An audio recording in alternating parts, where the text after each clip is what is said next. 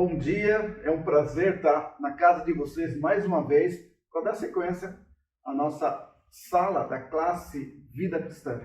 E hoje nós queremos falar um pouquinho sobre a nova vida e a Igreja Corpo de Cristo.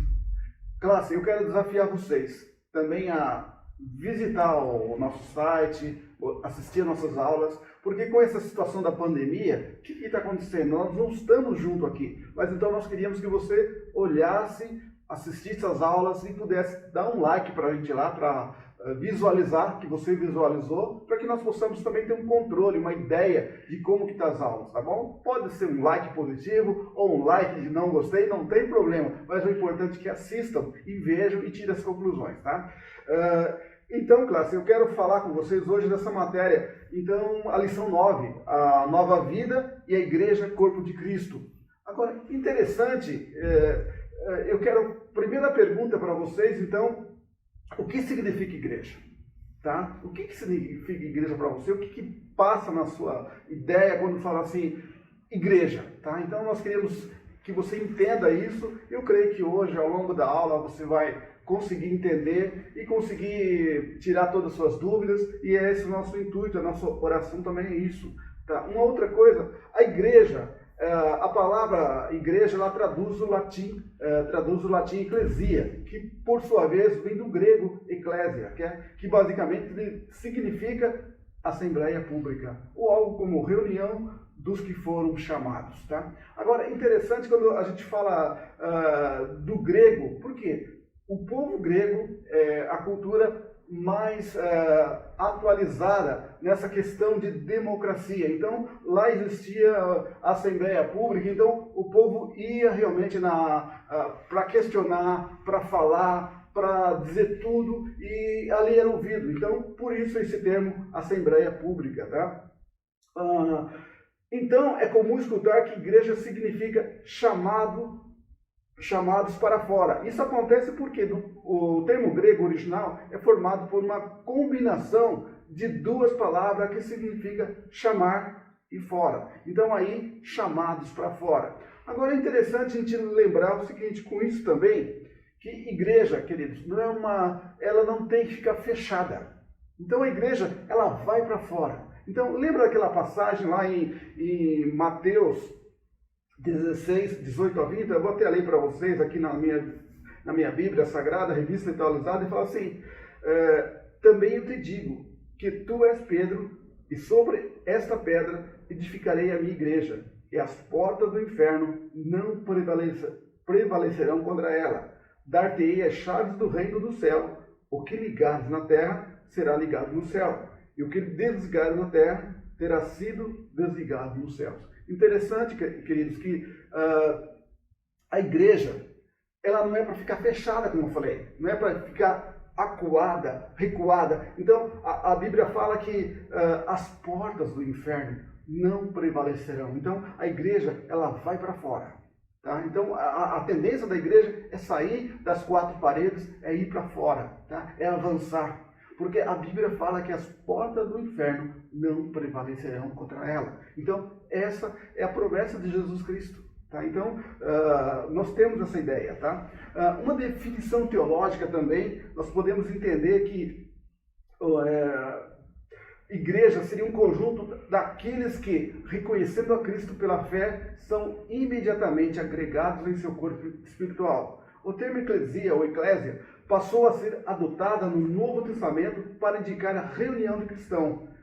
Jesus fala muitas vezes, eu sou a videira, vós sois os ramos. Lá em João 15, versículo 1 a 8, ele fala assim, ó, eu sou a videira verdadeira e meu pai é o agricultor. Então, a cultura da época, naquela época, era uma cultura de agricultores. Então, Jesus usava aquilo que ele tinha, que o povo podia entender. Então, ele falava assim, eu sou a videira verdadeira e meu pai é o agricultor.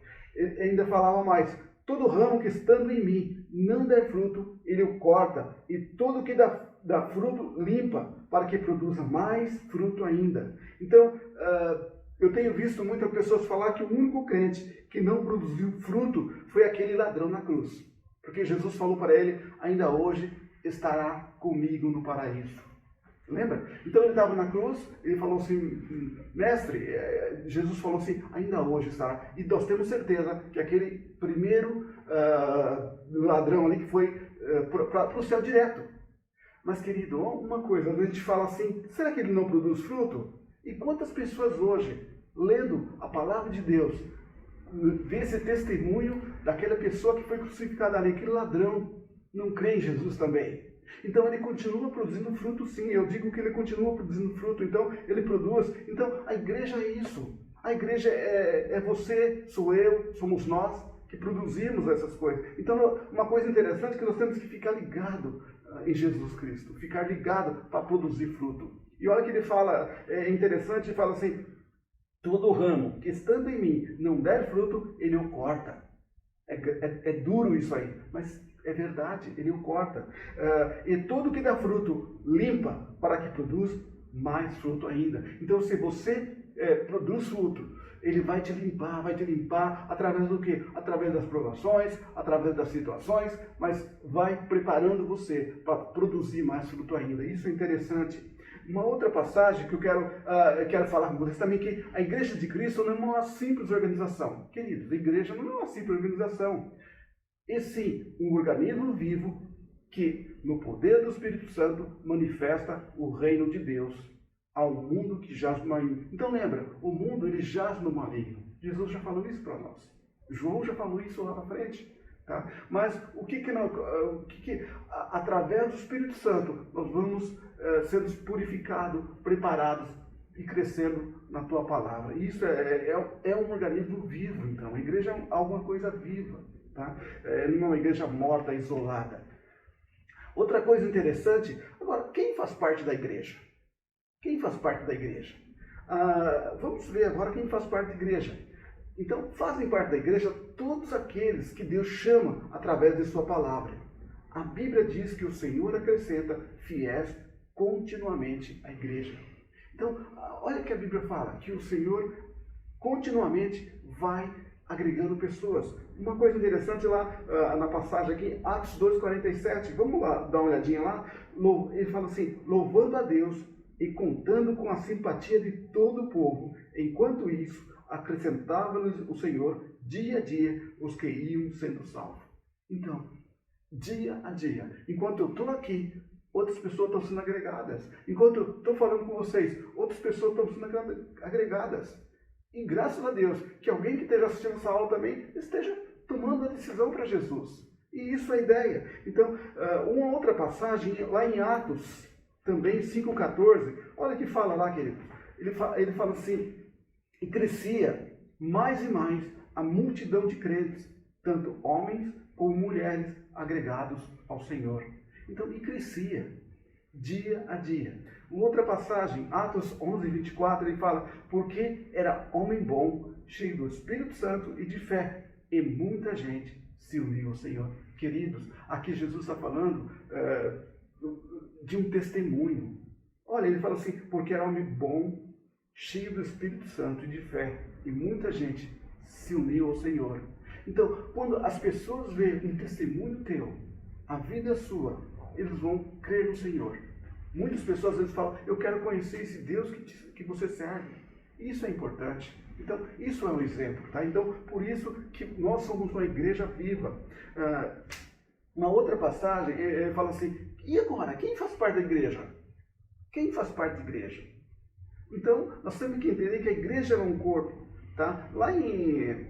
É bom reforçar que apesar de esse chamamento ser universal no sentido de que o convite é feito a todos sem exceção, apenas pode responder positivamente a esse chamado aqueles que são regenerados pelo Espírito Santo.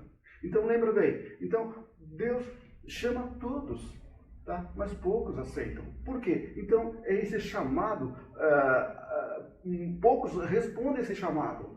Tem gente que não vai aceitar. Agora, vai ser difícil? Vai ser difícil.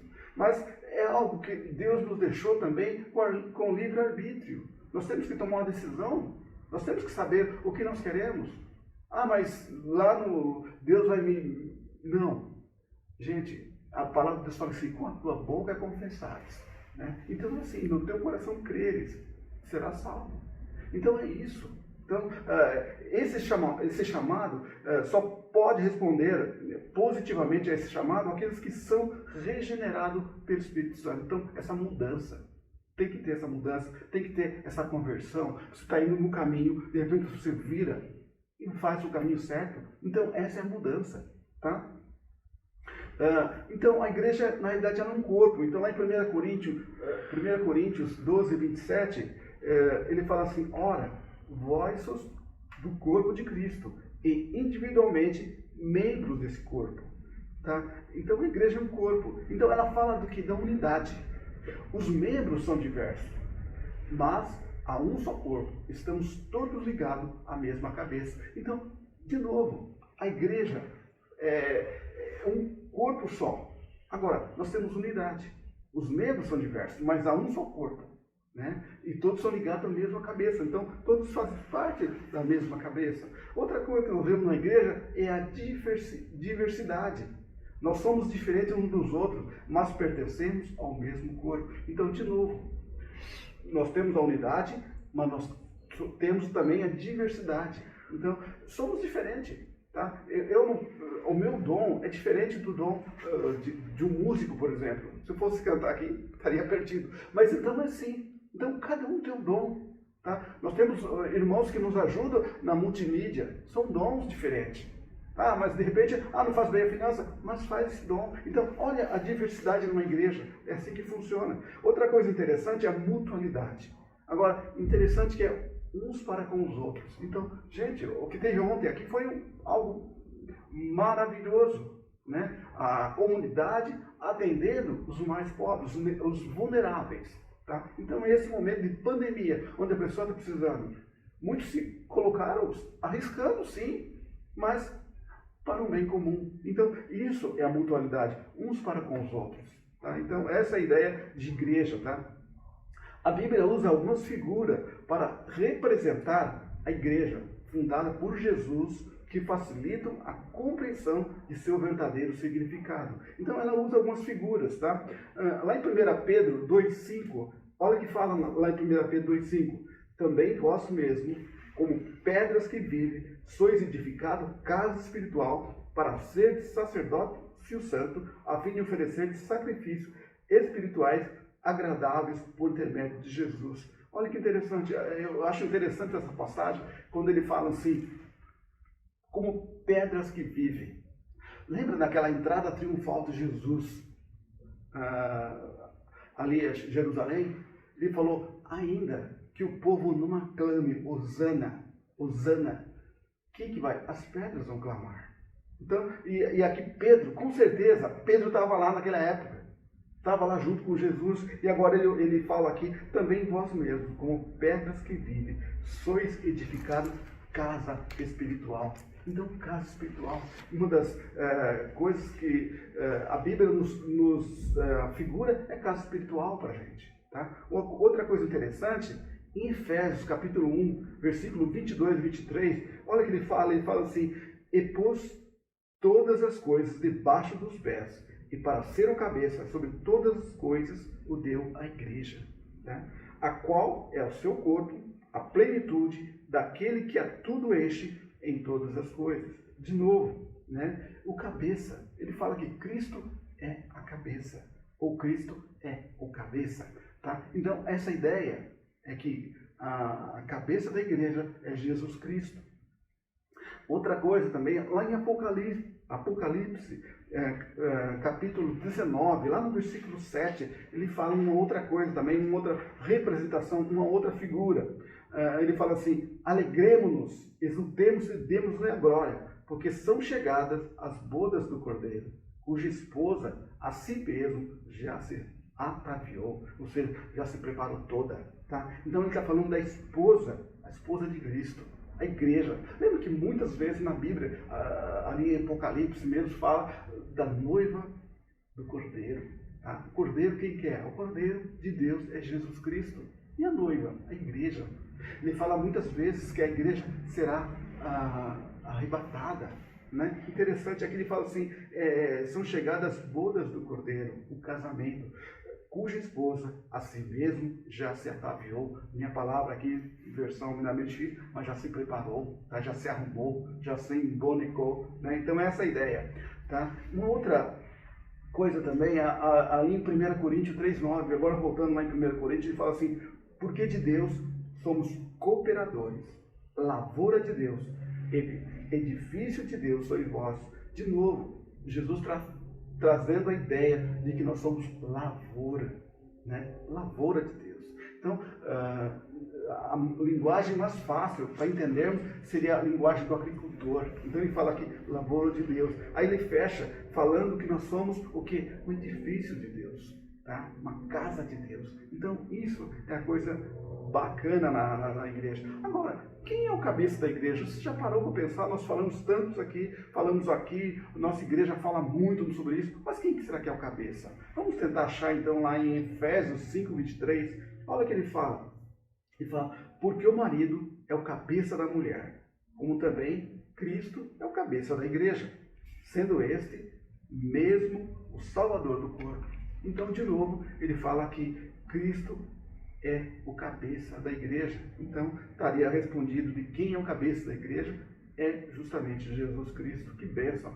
Então, outra coisa que nós temos que deixar bem claro para nós aqui também, é que a igreja de Cristo não é um prédio, nem uma instituição. Então, esquece esse negócio. A igreja, embora nós como unidade de igreja, nós temos que ter um CNPJ, temos que estar registrado na junta comercial, por quê?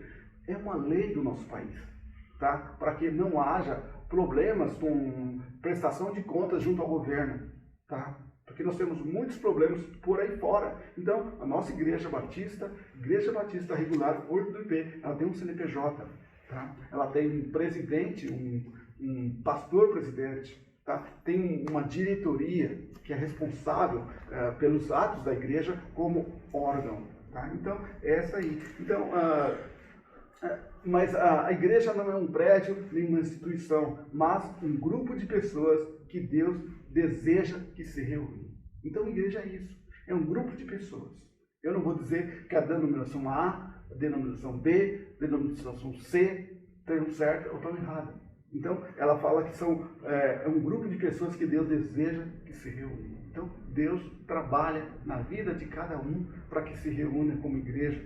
Isso é uma coisa interessante. Agora, pararam para pensar, onde será que a igreja primitiva se reunia? Isso é importante para a gente entender onde é que a igreja primitiva se reunia. Lembra que primitiva são lá no passado, as primeiras igrejas. Nós estamos falando de coisa assim, de 2000 anos atrás, né? Parece tão longe, mas é ali, logo ali, tá? 2000 anos atrás. Então, olha que interessante.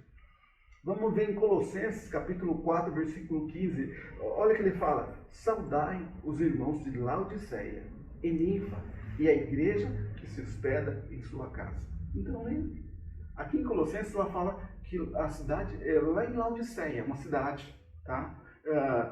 Uma senhora de nome Ninfa.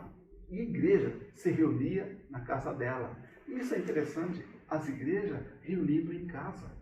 Hoje a nossa igreja também reúne-se em pequenos grupos, tá?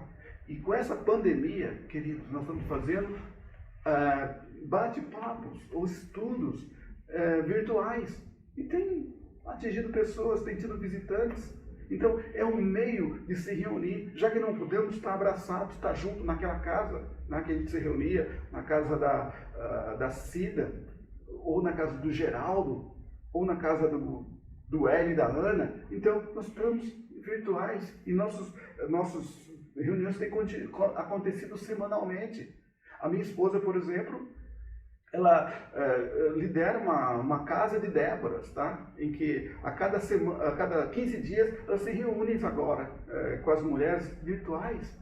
E tem sido bênção, tem sido um tempo de louvor mesmo, um tempo tão gostoso para ela, tá? E como é gostoso o tempo de oração delas. Então, olha, ele fala aqui que se hospeda na casa dela. Então, essa senhora Ninfa, a irmã Ninfa, tem um pequeno grupo na casa dela. Outra coisa, uma outra passagem aqui, vamos ler lá em Atos, capítulo 1, versículo 12 e 13, ele fala assim, então voltaram para Jerusalém do monte chamado Olival, que dista daquela cidade tanto como a jornada de um sábado.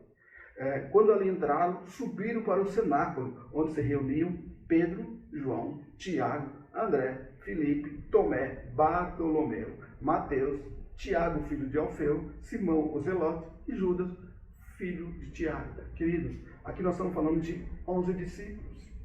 Tá? Faltava um, Judas, que traiu Jesus, mas aqui tinham 11 discípulos. E também não tinha escolhido o próximo, que seria, eu creio que o Dimas, se não me engano, seria o próximo discípulo. Tá? Mas interessante que eles se reuniram aonde? Num cenáculo, ou seja, numa sala. Ele fala que subiram. Então, devia ser uma casa com sobrado, subiram para um cenáculo. Então, de novo, a igreja está se reunindo numa sala. Tá? Então, essa é interessante. Então, onde se reunia? Se reuniam primeiro na casa, agora numa sala, num cenáculo, e agora em Atos 16, 13, ele fala de novo, no sábado, saímos da cidade para junto do rio, onde nos pareceu haver um lugar de oração, e assentamos, falamos às mulheres que para ali tinham concorrido. De novo, onde a igreja se reunia? Aqui, gente, na beira do rio. Então, percebe que a igreja ela não tinha um local para se reunir fechado, mas era vários locais. Então, numa casa, numa sala, na beira do rio, num piquenique, né? Hoje nossos jovens se reúnem em acampamentos. Gente, interessante isso aí. Tá? Então, a igreja ela não é fechada, ela é chamada para fora, na realidade. Agora, como corpo humano, a igreja é composta de muitos membros diferentes. Abram lá em 1 Coríntios, capítulo 12, versículo 12 a 26. Não vou ler tudo, vou ler só um pouquinho aqui. Vou ler o versículo 12. Porque assim, como o corpo é um e tem muitos membros, e todos os membros, sendo muito, constituem só corpo, assim também com respeito a Cristo. Então é interessante, o corpo humano, a igreja é composta de muitos membros. Como o corpo humano. Tá? Paulo ainda vem falar muito mais sobre isso. Ele fala assim, como Deus dispõe de seus membros? Então, a pergunta é essa, como que Deus dispõe os membros na igreja? Como que Deus dispõe? Né? Então, está lá a resposta, 1 Coríntios 12, 16, fala assim, mas Deus dispôs os membros, colocando cada um deles no corpo como lhe aprova. Então, Deus vai colocar cada membro na posição que Ele quer. Né? Pastor, evangelista, profetas, e assim vai. Aqui, voltando para o nosso dia a dia, multimídia, né? Vamos lá, o pessoal que cuida do louvor, o pessoal que cuida das finanças, o pessoal que cuida de qualquer área, da zeladoria, e assim vai, é assim que Deus. Nós temos pessoal que cuida dos necessitados, da questão social. Então, Deus ele vai colocar as pessoas no lugar que precisa. Né? Então, Deus vai treinar. E Deus, uma coisa que é interessante, Deus, a gente fala, puxa, mas Deus não chama a pessoa que já conhece. Não, Deus vai treinar a pessoa. Deus vai trabalhar na vida da pessoa para que ela possa ter um coração voltado para aquela área. Tá? Isso é interessante.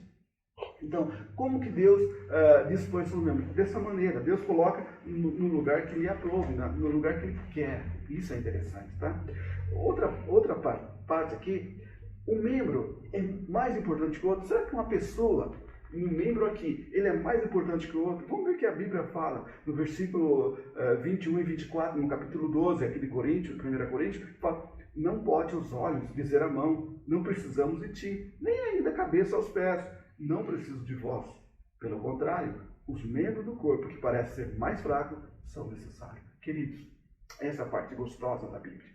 Então, aquele membro que parece mais fraquinho, ele é necessário, tá? Por que será que nós temos no nosso corpo o dedinho do mindinho do pé?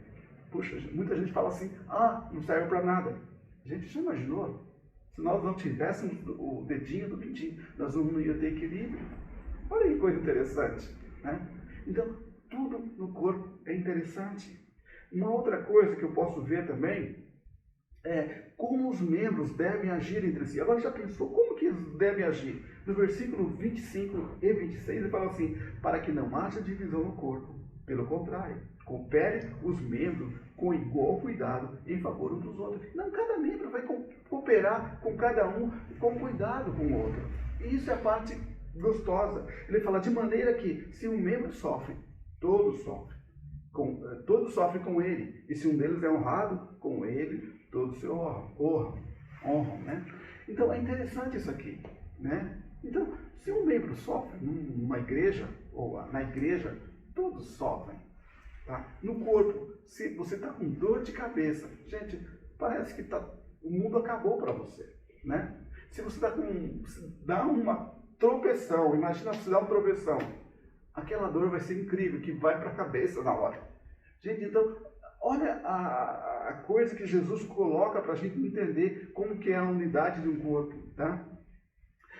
Agora, quais são alguns dos propósitos da igreja? Quais são? Tá? Se nós pegarmos lá em João 4:23, ele fala assim, mas vem a hora, e já chegou, em que os verdadeiros adoradores adorarão o Pai em espírito e em verdade, porque são esses que o Pai procura para seus adoradores. Então, o que é? Qual o propósito da igreja? Adorar a Deus. Então, ele fala assim, os verdadeiros adoradores o adorarão em espírito e em verdade. Então, um dos propósitos da igreja é adorar a Deus. Outra coisa, em 1 Pedro 2,9, vamos ver lá o que ele fala em 1 Pedro 2,9. Se você tiver fácil no seu aplicativo, na Bíblia, pode abrir também lá. 1 Pedro 2,9, olha o que ele fala. Vós, porém, sois raça eleita, sacerdócio real, nação santa, povo e propriedade exclusiva de Deus, a fim de proclamardes as virtudes daquele que vos chamou das trevas para a sua maravilhosa luz. Então, o que ele fala? Nós somos nação. Uma nação, a igreja é uma nação santa, raça eleita. Gente, olha, sacerdócio real, né? Alguma parte da Bíblia fala que nós somos embaixadores do céu. Gente, já passou? Sou embaixador? Não, que cargo, né? E a gente não pode pisar na bola como embaixador, né? Então é isso, gente. Outra coisa que a Bíblia fala, lá em Mateus 28:19, um dos propósitos da igreja seria assim, ó, Mateus 28:19-20, ide, portanto, fazer discípulos de todas as nações, batizando-os em nome do Pai, do Filho e do Espírito Santo, ensinando-os a guardar todas as coisas que vos tenho ordenado. Ele fala assim, e eis que estou convosco todos os dias, até a consumação do século. Interessante. Outro propósito, fazer discípulo. Ide, portanto, fazer discípulo. Interessante esse negócio de fazer discípulo. E às vezes a gente não dá tanto interesse para isso. Gente, nós temos que multiplicar, como nós falamos lá no começo, bom testemunho, falar de Deus, evangelizar. Isso é parte da igreja. Então, é para isso que nós vamos ser, estamos ligados na videira. Tá? Então, lembra, uma videira, um pé de uva, nós estamos ligados no fruto. Né? Então, se nós estivermos ligados no corpo, nós vamos produzir frutos. E cada vez que produz mais. Uma das metas da nossa igreja, na realidade, é que cada um ganhe uma pessoa para Cristo nesse ano. Já pensou? Já pensou? Se cada membro da nossa igreja ganhar uma pessoa, né? Quanto nós vamos ser ao final do ano? Sei lá, se temos hoje 400, vai ter 800. Né? Você já pensou nisso? Até estava falando com o João aqui, ele falou, minha obra é uma pessoa. Gente, é isso. Uma pessoa. Se cada um pegar um alvo, uma pessoa, gente, a gente multiplica isso aqui. Multiplica rapidinho. Tá? Os pequenos grupos também são isso. Então, nós temos orado pela cadeira vazia. Nós temos orado pelos visitantes. Nós temos orado por cada vida. E nessa época de pandemia, alguns falam assim, puxa, Toninho, está tão difícil. Não é difícil nada. Manda um WhatsApp, coloca no grupo, ouve a palavra. Né? É assim que funciona. Né? A pessoa está em casa, está sem sair agora. Né? Então, não temos desculpa. Tá? Então, outra coisa interessante, que eu posso ler também, eu vou voltar aqui só para me ler também, Atos 13:2, ele fala assim, e servindo eles ao Senhor, e jejuando, disse o Espírito Santo, separai-me agora, Barnabé e Saulo, para a obra que os tem chamado. Então, a igreja também envia pessoas. A igreja também envia missionários, né? Nós temos Oséias, que está aqui servindo com a gente. Ele veio de Angola. Gente, pensou, lá do outro lado do Atlântico, né? Está para aqui com a gente, está servindo, está se preparando para voltar, para levar depois as instruções para o povo de Angola. Interessante. Interessante isso aí. Então a igreja ela envia pessoas também. Tá?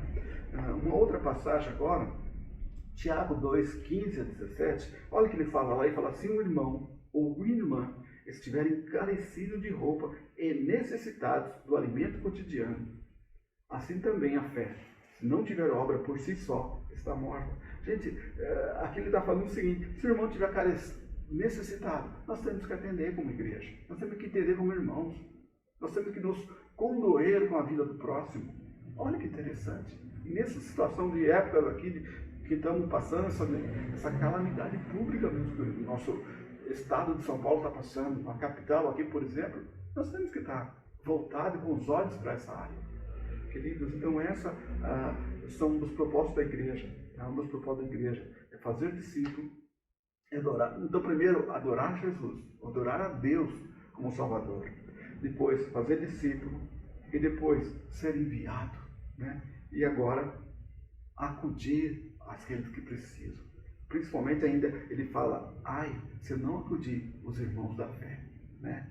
Então, a gente não tem que ficar olhando, mas o irmão faz aquilo. Não, eu tenho que atender. Deus me deu para mim, o generoso prosperará. Não é em Provérbios, tá bom?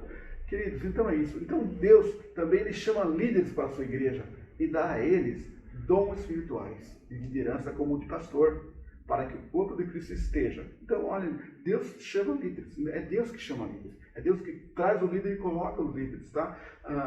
Para quê? Efésios 4, 11, 13, olha o que ele fala lá em Efésios capítulo 4, ali no 4, 11, ele fala justamente dos dons, e eu quero abrir lá para vocês, 4, 11, ele fala assim, e ele mesmo concedeu uns para apóstolos, outros para profeta, outros para evangelista e outros para pastores e mestres, com vista ao quê? Ao aperfeiçoamento do santo, para o desempenho do seu serviço, para a edificação do corpo de Cristo. Então, ele chama líder para quê? Para quê? Para aperfeiçoar o corpo de Cristo.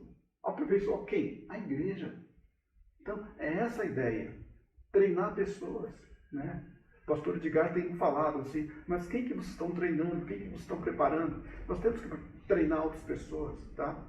No pequeno grupo, nós temos que estar treinando um outro líder, preparar um líder em treinamento, tá? Nós temos que estar orando já para uma outra casa de anfitrião, preparando. Então, é essa a ideia. Cada um vai treinando na sua área. A Cida tem orado por pessoas, para abrir as casas também. Interessante. E geralmente no nosso pequeno grupo, quando multiplicar, ele vai para uma outra casa. Talvez ali mesmo. Dali mesmo vai ser multiplicado. Então é essa a ideia. Uma outra coisa que, como o corpo de Cristo, família de Deus, deve viver. Agora, como que o corpo deve viver e conviver? Como? Vocês já pensaram nisso também? Então, olha interessante lá em 1 Pedro 4, 8 e 10, ele fala o seguinte, acima de tudo, porém, tende amor intenso uns para com os outros, porque o amor cobre multidão de pecados. Tá? Então a ideia básica é essa. Outra coisa, ele fala, sede mutuamente hospitaleiros, sem murmuração, servir uns aos outros, cada um conforme o dom que recebeu, como bom dispenseiro da multiforme graça de Deus. Então, o que ele fala? Sede mutuamente hospitaleiro. Gente, isso é murmuração, né? Então, o corpo de Cristo deve viver e conviver dessa maneira. Uma outra coisa que ele está chamando a atenção da gente, lá em Filipenses, capítulo 1, versículo 27 e 28, também ele desafia, olha que ele desafia a gente, vivei acima de tudo, por modo digno do Evangelho de Cristo, para que, ou indo ver-vos, ou estando ausente, ouçam no tocante a vós outros, que estáis firmes em um só espírito, como uma só alma, lutando junto pela fé evangélica. E que em nada estáis intimidados pelos adversários, pois o que é para eles prova evidente de perdição, é para vós outros de salvação, e isso da parte de Deus. Interessante, ele fala assim, não importa, eu estando perto ou eu estando longe, mantenha a fé, mantenha a firmeza, mantenha o amor. Então isso é a maneira como deve conviver a igreja de Cristo. Essa é a maneira. Uma outra passagem, agora em Gálatas 6, 9, 10, ele fala assim, e não nos cansemos de fazer o bem, porque a seu tempo ceifaremos, se não desfalecermos.